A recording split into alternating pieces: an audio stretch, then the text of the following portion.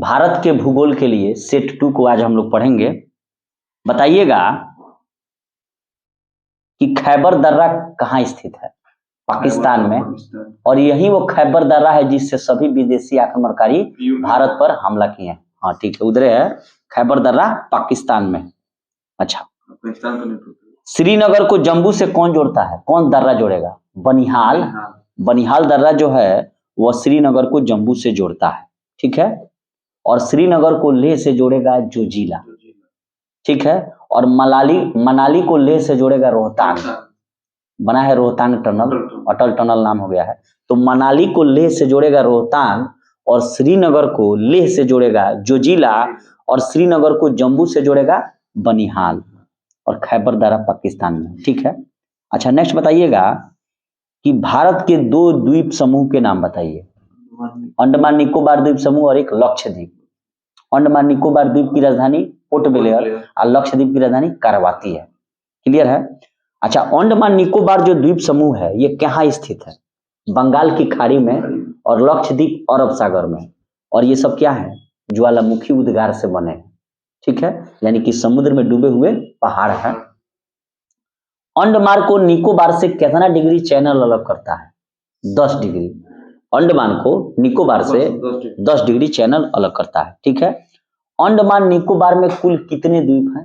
572। Clear है? अंडमान निकोबार की राजधानी तो पोर्ट ब्लेयर हो गई। ठीक है, और वहीं पर सेलुलर जेल है, काला पानी की जो सजा अंग्रेज देते थे। ठीक है, और ये पोर्ट ब्लेयर कहाँ है? दक्षिणी अंडमान में। क्लियर है? अच्छा, कोको स्ट्रेट यानी कोको स्ट्रेट जो है वो किसको किसको अलग करता है? कोको द्वीप और उत्तरी अंडमान को, और कोको द्वीप है म्यांमार में, और उत्तरी अंडमान को कोको स्ट्रेट जो है यानी कि कोको खाड़ी अलग करता है। डंकन पास क्या करेगा? दधिल्ली करेगा, यानी कि दक्षिणी अंडमान को छोटा अंडमान यानी कि लिटिल अंडमान से अलग करेगा। डंकन पास बहुत पूछा जाता है ये, कि डंकन पास जो है दक्षिण अंडमान और छोटा अंडमान के बीच है। मरकत द्वीप यानी कि एमरोल आइलैंड भी किसे कहा जाता है? अंडमान निकोबार द्वीप समूह को ही मरकत या एमरोल्ड द्वीप कहा जाता है। ठीक है, और काला पानी के नाम से भी इसे जाना जाता था। ठीक है, अच्छा, भारत का एकमात्र सक्रिय ज्वालामुखी बैरन द्वीप कहाँ स्थित है? मध्य अंडमान के पूर्व में, और एकमात्र सक्रिय ज्वालामुखी है। ठीक है, सक्रिय वोल्केनो है। और वहीं अगर डोरमेंट पूछा जाए सुषुप्त ज्वालामुखी तो क्या हो जाएगा? बताइए। 2 गो न ज्वालामुखी है, एगो तो बैरन है, एगो कौन है? अच्छा भूल रहे हैं, थोड़ी देर में बताएंगे। ठीक है, तो भारत का एकमात्र सक्रिय ज्वालामुखी बैरन द्वीप जो है वह मध्य अंडमान के पूर्व में है। अंडमान निकोबार की सबसे ऊंची चोटी कौन है? सैंडल पीक है, और इसकी ऊंचाई जो है उत्तरी अंडमान में स्थित है। सुषुप्त ज्वालामुखी है नारकोंडम। देखिए मिल गया। ये भारत का एकमात्र सक्रिय ज्वालामुखी है बैरन, और बैरन जो है वह मध्य अंडमान के पूर्व में है। और सुषुप्त यानी कि डोरमेंट ज्वालामुखी है नारकोंडम, तो अभी सोया हुआ है। ठीक है, अंडमान की सबसे ऊंची चोटी सैंडल पीक है। अच्छा, अंडमान की दूसरी सबसे ऊंची चोटी कौन है? माउंट थुलियर, जो ग्रेट निकोबार में है। ठीक है, ग्रेट निकोबार को सुमात्रा से कितना डिग्री चैनल अलग करता है? 6 डिग्री।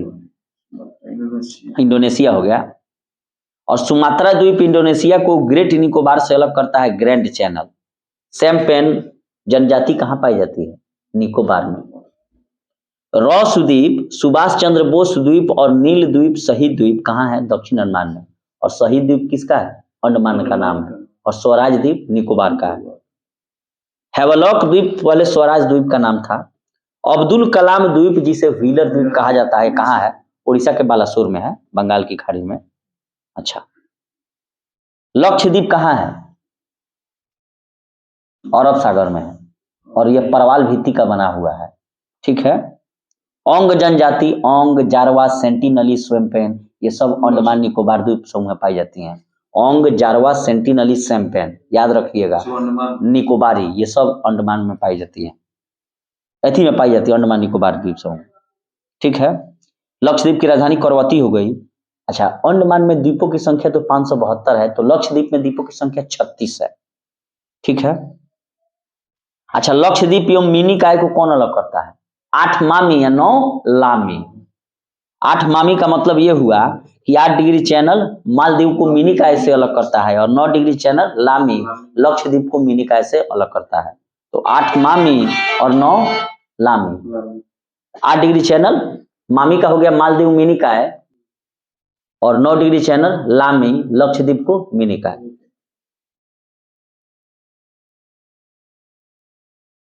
लक्षद्वीप का सबसे बड़ा द्वीप कौन है? ऑड्रेट है।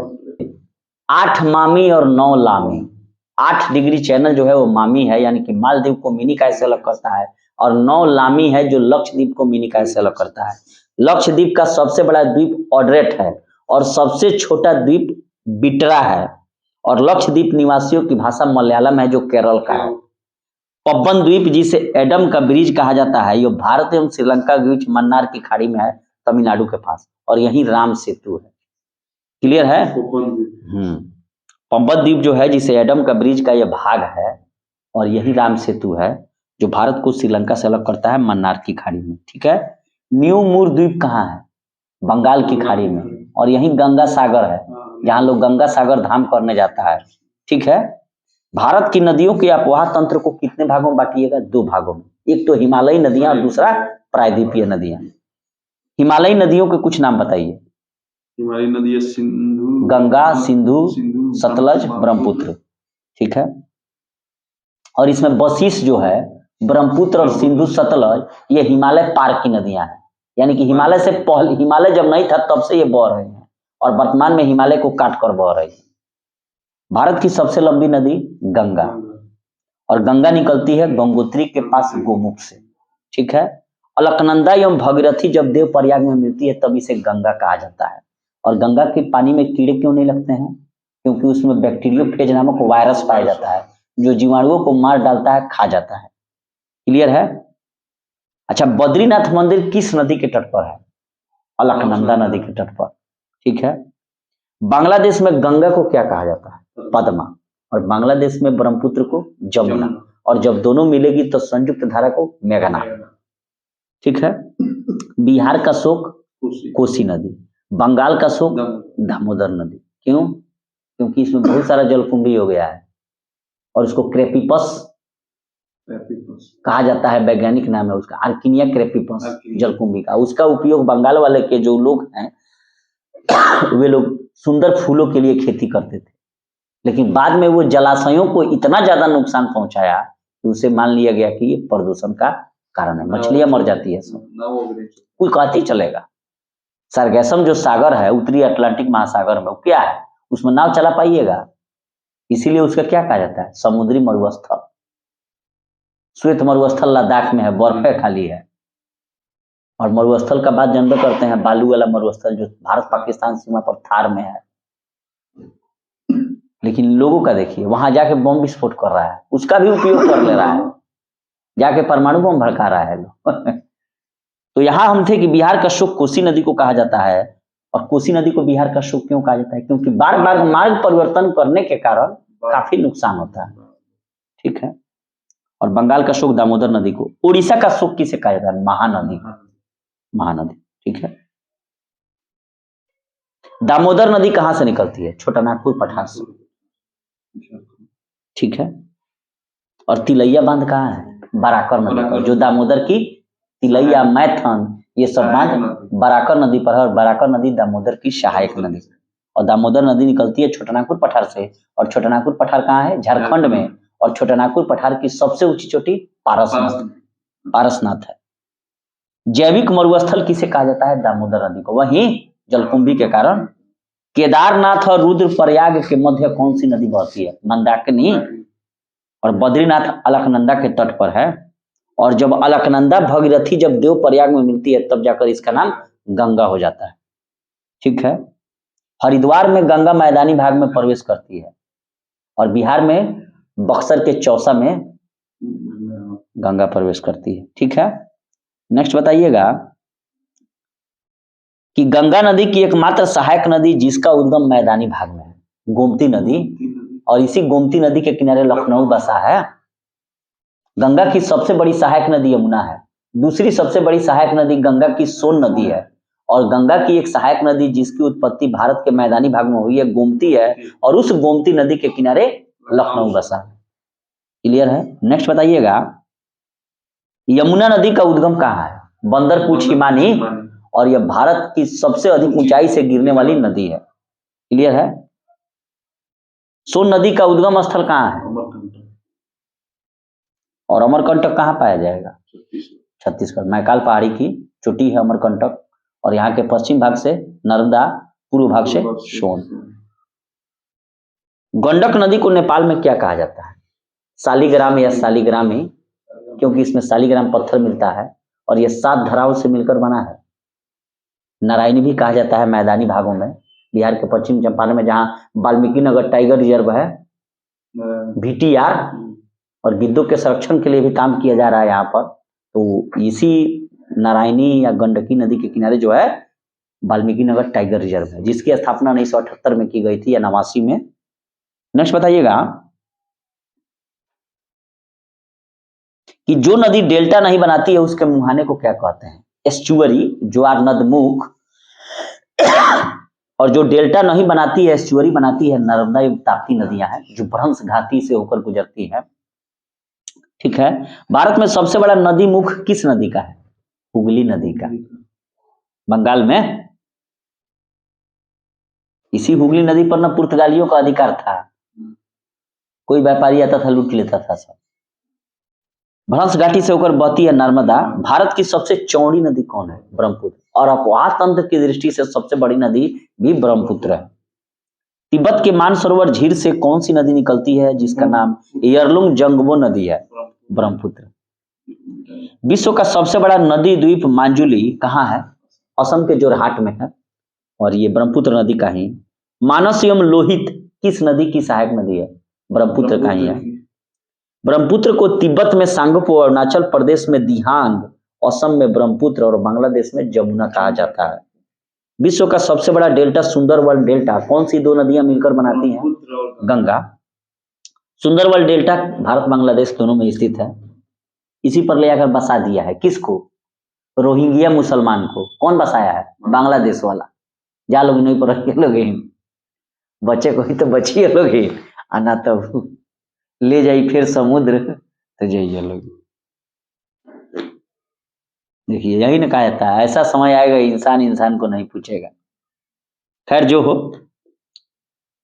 राजनीतिक मामला में नहीं पड़ना है। अच्छा, डेल्टा की आकृति कैसी होती है? त्रिभुजाकार। और डेल्टा का नामकरण किसने किया था? हेरोडोटस ने, जो इतिहास का पिता कहलाता है। क्लियर है? अच्छा, डेल्टा बनाती है कौन कौन नदियां? कावेरी, गंगा, गोदावरी। और कावेरी को दक्षिण की गंगा, और वहीं दक्षिणी गंगा गोदावरी को, वृद्ध गंगा गोदावरी को। सिंधु नदी का उद्गम कहाँ है? वहीं तिब्बत के कैलाश पर्वतमाला के मानसरोवर झील से। क्लियर है? भारत पाकिस्तान के बीच सिंधु जल समझौता कब हुआ था? 1960 में। सिंधु की सबसे बड़ी सहायक नदी कौन है? बहुत पूछा जाता है, चिनाव है। सिंधु की सबसे बड़ी न पूछे हैं, सबसे बड़ी सहायक नदी कौन है? चिनाव है। और वहीं गंगा की सबसे बड़ी सहायक नदी यमुना है। चिनाव नदी, चिनाव हिमाचल प्रदेश में क्या कहलाता है? चंद्रभागा। चिनाव नदी को हिमाचल प्रदेश में चंद्रभागा कहा जाता है, और सिंधु की सबसे बड़ी सहायक नदी चिनाव है। बगलिहार जल विद्युत परियोजना, सलाल जल विद्युत परियोजना और दुलहस्ती जल विद्युत परियोजना किस नदी बनाया जा रहा है? चिनाव पर। और इस पर भारत पाकिस्तान के बीच विवाद भी है। मान लीजिए पानी रोक के अगर आप बना लीजिएगा हाइड्रल प्रोजेक्ट, तो पानी तो वहां नहीं ना पहुंचेगा। आप तो यहाँ एब्जॉर्ब कर रखिएगा कि ऊंचाई से हम गिराएंगे तो मेरा पंखी चलेगा, बिजली मिलेगा। बगलिहार, सलाल और दुलहस्ती जल विद्युत परियोजनाएं चिनाव नदी पर है। खाली एगो जम्मू कश्मीर को शान के दृष्टि से नहीं देखिए, इंडिया के लिए, इंडिया के लिए बहुत फायदेमंद है। काहे के लिए? एनर्जी का स्रोत है। अगर ये जम्मू कश्मीर में जो शांति स्थापित हो गया, आने वाले समय में कौन जाएगा स्विट्जरलैंड? धरती का स्वर्ग कहलाता है जम्मू कश्मीर। इतना ना पर्यटक जाएगा लोग, हम लोग तो खुद जाने के लिए बेचैन है। तो बगलिहार, सलाल और दुलहस्ती जल विद्युत परियोजनाएं किस नदी पर है? चिनाव नदी पर। और चिनाव नदी सिंधु की सबसे बड़ी सहायक नदी है। चिनाव नदी को हिमाचल प्रदेश में चंद्रभागा कहा जाता है। अच्छा, झेलम नदी का उद्गम स्थल कहाँ है? बेरीनाग के शेषनाग झील में। तुलबुल परियोजना और उरी जल विद्युत परियोजना झेलम पर है, और सिंधु और झेलम के बीच में तक्षशिला था, गांधार, प्राचीन काल में। सतलज नदी का उद्गम स्रोत देखिए, ब्रह्मपुत्र, सिंधु और सतलज, ये तीनों मानसरोवर झीलें हैं। भाखड़ा नांगल परियोजना, हरिके बैराज और इंदिरा गांधी नहर सतलज नदी पर, ठीक है। अच्छा, दक्षिण भारत की कुछ नदियां हैं, जैसे महानदी, गोदावरी, कृष्णा, कावेरी। तो मंत्र में है महानदी, गोदावरी, कृष्णा, कावेरी। पूर्व की ओर बहती हैं महानदी, गोदावरी, कावेरी और कृष्णा पूर्व की ओर बहती हैं, जबकि नर्मदा, ताप्ती और माही पश्चिम की ओर बहती हैं। नर्मदा नदी का उद्गम स्रोत मैकाल पर्वत के अमरकंटक चोटी से और मुहाना अरब सागर है। गुजरात की जीवन रेखा नर्मदा नदी को कहते हैं। अरब सागर में गिरने वाली सबसे लंबी नदी नर्मदा नदी है, जो भ्रंश घाटी से बहती है। और यही नर्मदा नदी के किनारे क्या है? सरदार सरोवर बांध है, जहां पर स्टैच्यू ऑफ यूनिटी बनाया गया, साधु बेट के पास। प्रायद्वीपीय भारत की सबसे लंबी नदी गोदावरी, जिसे दक्षिणी गंगा या वृद्ध गंगा भी कहते हैं, जो नासिक के त्रंबकम गांव के पहाड़ी से निकलती है, ठीक है। वृद्ध गंगा या दक्षिण गंगा गोदावरी और कावेरी नदी का उद्गम कर्नाटक है। वहीं ब्रह्मागिरी पहाड़ी के कोडागू जिला। दक्षिण भारत की गंगा कावेरी, और कावेरी नर जल विवाद किन राज्यों के बीच है? कर्नाटक, केरल, यानी कर्नाटक, केरल, तमिलनाडु, कर्नाट, पुडुचेरी के मध्य। कृष्णा नदी वहीं महाबलेश्वर, महाराष्ट्र के। और कृष्णा नदी विवाद जो है 1957 से चल रहा है आंध्र प्रदेश, कर्नाटक और मध्य प्रदेश में। लवण नदी के लवण नदी यानी कि साल्ट रिवर किसे कहा जाता है? लूनी को, लूनी नदी जो है, और यह अरावली पर्वतमाला से निकलती है और कच्छ के रण में जाकर गायब हो जाती है, माने जाके खत्म हो जाता है, तो यह सोख लेता है। दलदली इलाके है कच्छ का रण, और वहीं पर गधों के लिए क्या है? रिजर्व बना है, और तितली के लिए बनलघाटा में बना है। सोलोडर लॉरिस जो बना है वो अभी तमिलनाडु में बना है। अच्छा, कौन सी नदियां हैं जिनका उद्गम भारत में नहीं होता है? ऑप्शन है सतलज, घाघरा, ब्रह्मपुत्र, सिंधु और गंडक। ब्रह्मपुत्र, सिंधु सब है, किसी का नहीं है। सतलज का है? नहीं है। घाघरा का है? सरयू नदी का, वो भी नहीं है। ब्रह्मपुत्र का है? नहीं है। सिंधु का है? नहीं है। गंडक का भी तो नेपाले है, ठीक है। हरिद्वार, अच्छा, पटना, बनारस और हरिद्वार किस नदी के तट पर है? गंगा नदी के तट, ठीक है। दिल्ली, आगरा, मथुरा, यमुना। लुधियाना, फिरोजपुर, सतलज नदी के किनारे। सूरत, ताप्ती। जमशेदपुर, सुवर्ण रेखा। कटक, उड़ीसा, महानदी। अयोध्या, सरयू। तभी लोग कहता है जाके सरयू नहा लो, बैकुंठ के प्राप्त हो जाएगा। और यही सरयू को घाघरा नाम दिया गया है, लेकिन घाघरा अब नहीं पढ़ा जाएगा, क्योंकि उत्तर प्रदेश के मुख्यमंत्री योगी आदित्यनाथ ने इसको सरयू कर दिया। क्लियर है? अच्छा, कोटा, राजस्थान, चंबल नदी के किनारे। उज्जैन, छिपरा, लखनऊ, गोमती, जो मैदानी भाग में प्रवाहित होती है और गंगा की सहायक नदी है। श्रीनगर, कश्मीर वाला, झेलम नदी की। हैदराबाद, मूसी नदी। विजयवाड़ा, कृष्णा नदी। पणजी, मांडवी नदी के किनारे। गोवा के पणजी। चलिएगा क्या गोवा? आज तू है पानी पानी, है दिल भी है सानी सानी। विद्यासागर सेतु, हुगली पर। रानी लक्ष्मीबाई बांध कहाँ है? बेतवा नदी पर। यमुना की सहायक नदियां कौन है? केन, बेतवा, चंबल। याद रखिएगा, केन, बेतवा, चंबल यमुना की सहायक नदियां हैं। अच्छा, नेक्स्ट बताइएगा। अब प्रश्न पूछ रहे हैं कि बद्रीनाथ धाम किस नदी के तट पर है? अलकनंदा। बांग्लादेश में गंगा को क्या कहा जाता है? जमुना कहा जाता है। अब पद्मा गंगा को कहा जाता है। और जब गंगा और ब्रह्मपुत्र मिलती है तो संयुक्त धारा को मेघना कहा जाता है। जमुना गंगा को कहा जाता है, पद्मा कहा जाता है, जमुना कहा जाता है ब्रह्मपुत्र को। हाँ, ठीक। बांग्लादेश में गंगा को कहा जाता है पद्मा, और ब्रह्मपुत्र को कहा जाता है जमुना, और दोनों जब मिलेगी तो मेघना कहलाए। मरकत द्वीप कहाँ है? एमरोल्ड आइलैंड, अंडमान में, ठीक है, यानी कि बंगाल की खाड़ी मारिएगा, बंगाल की खाड़ी में ना है वो, लक्षद्वीप न अरब सागर में है, जो कि परवाल भित्ति निर्मित है। और परवाल क्या है? मूंगे की चट्टान है, जीवित है वे, और उनका जो है कोरिजन यानी कि संक्षारण होला है, किस कारण? जल प्रदूषण के कारण। भारत का एकमात्र सक्रिय ज्वालामुखी बैरन कहाँ है? मध्य अंडमान में है, एकमात्र सक्रिय वोल्केनो है। और वहीं अगर सुसुप्त पूछा जाए तो नारकोंडम है, जो डोरमेंट हो गया है, सोया हुआ है। ये नहीं है कि जगेगा नहीं, जो ये जगेगा तो ये समझेगा। अंडमान निकोबार द्वीप समूह की सबसे ऊंची चोटी का क्या नाम है? Sandal peak. और दूसरी ऊंची चोटी माउंट थुलियर है। ज्वालामुखी द्वीप नारकोंडम कहाँ स्थित है? उत्तरी अंडमान के पूर्व में। बिहार का शोक किस नदी को? कोसी नदी को। एक गोसाई थान से निकलती है कोसी नदी। गंगा नदी की एकमात्र सहायक नदी जिसका उद्गम मैदानी भाग है, गोमती, लखनऊ बसा है। वृद्ध गंगा के नाम से किसे जाना जाता है? ठीक है, और दक्षिण गंगा भी कहा जाता है। नेक्स्ट बताइएगा कि गंगा की सबसे लंबी सहायक नदी कौन है? यमुना। दूसरी सबसे लंबी सहायक नदी सोन। ग्रेट निकोबार को सुमात्रा से कौन अलग करेगा? वही 6 डिग्री चैनल। ठीक है। अंडमान निकोबार द्वीप समूह की दूसरी सबसे ऊंची चोटी वही माउंट थुलियर। नर्मदा नदी किस दिशा में बहती है? पश्चिम। ठीक है, पश्चिम दिशा में बहती है। रॉस द्वीप का नाम बदलकर क्या कर दिया गया है? सुभाष चंद्र बोस द्वीप। नील द्वीप का नाम शहीद द्वीप यानी कि अंडमान। व्हीलर द्वीप का नाम एपीजे अब्दुल कलाम। हैवलॉक द्वीप का नाम स्वराज द्वीप, वहीं निकोबार वाला। सिंधु नदी की सबसे बड़ी सहायक नदी कौन है? चिनाव है। और चिनाव नदी को ही हिमाचल में चंद्रभागा कहा जाता है। ये जितने भी परियोजना हैं आपको, बगलिहार, सलाल, दुलहस्ती, ये चिनाव नदी पर है। क्लियर है। और वहीं तुलबुल और उरी जो परियोजना है वो झेलम पर है। तो क्लियरिटी इसमें रखना जरूरी है। ठीक है।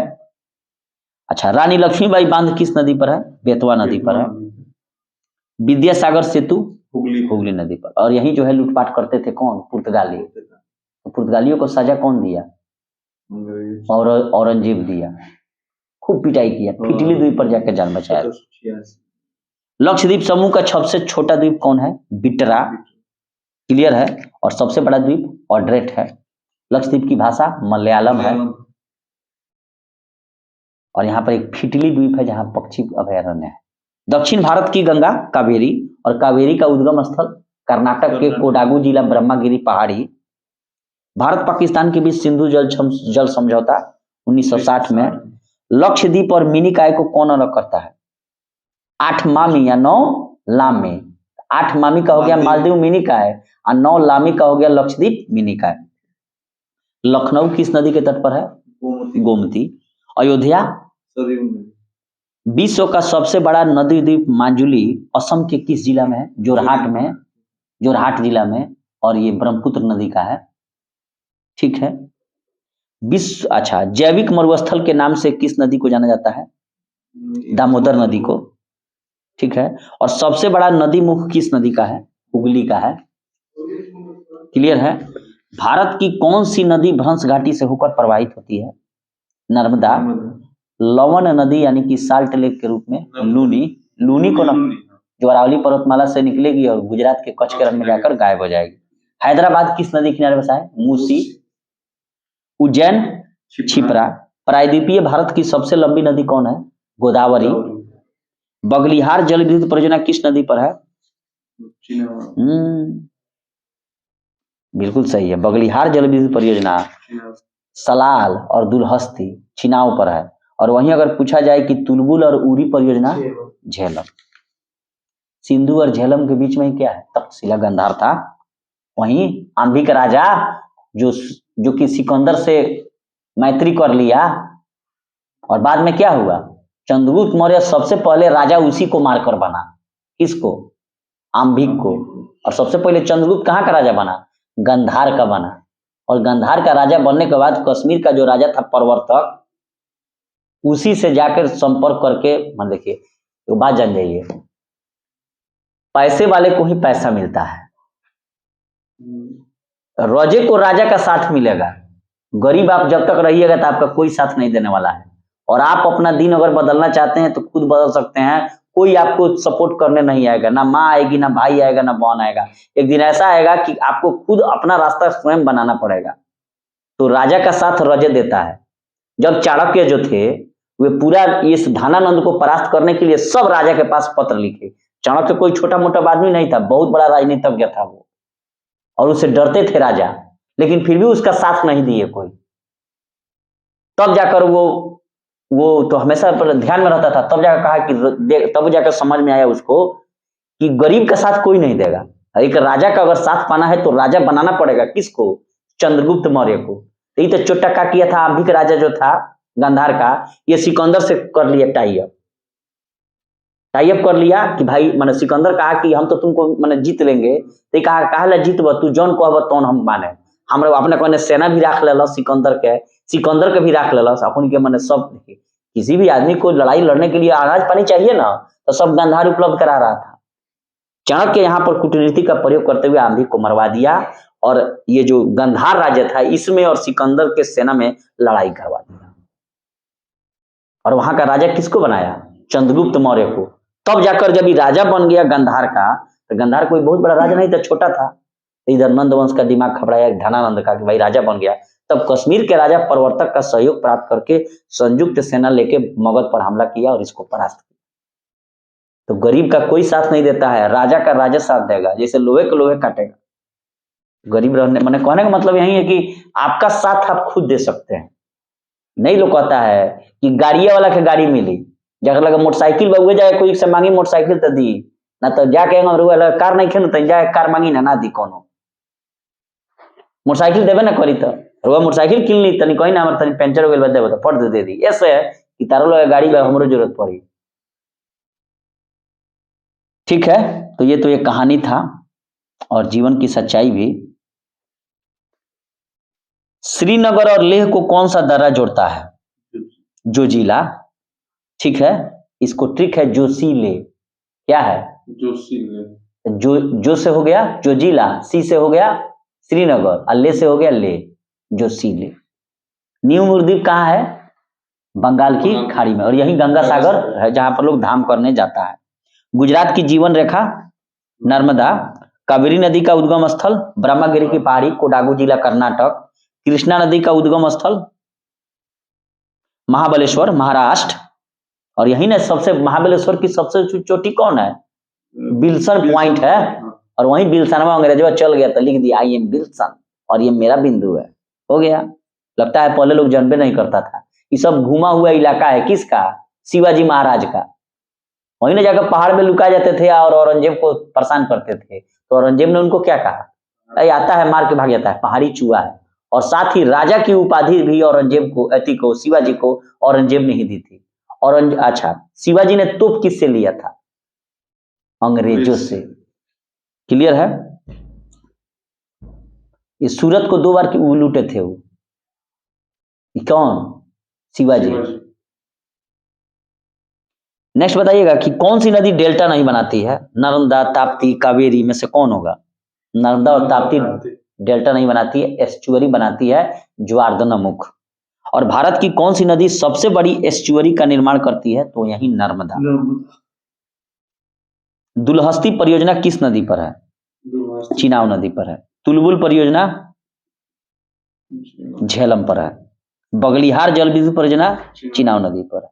और यही चिनाब है जिसको हिमाचल प्रदेश में चंद्रभागा कहा जाता है, और सिंधु की सबसे बड़ी सहायक नदी चिनाब है। क्लियर है?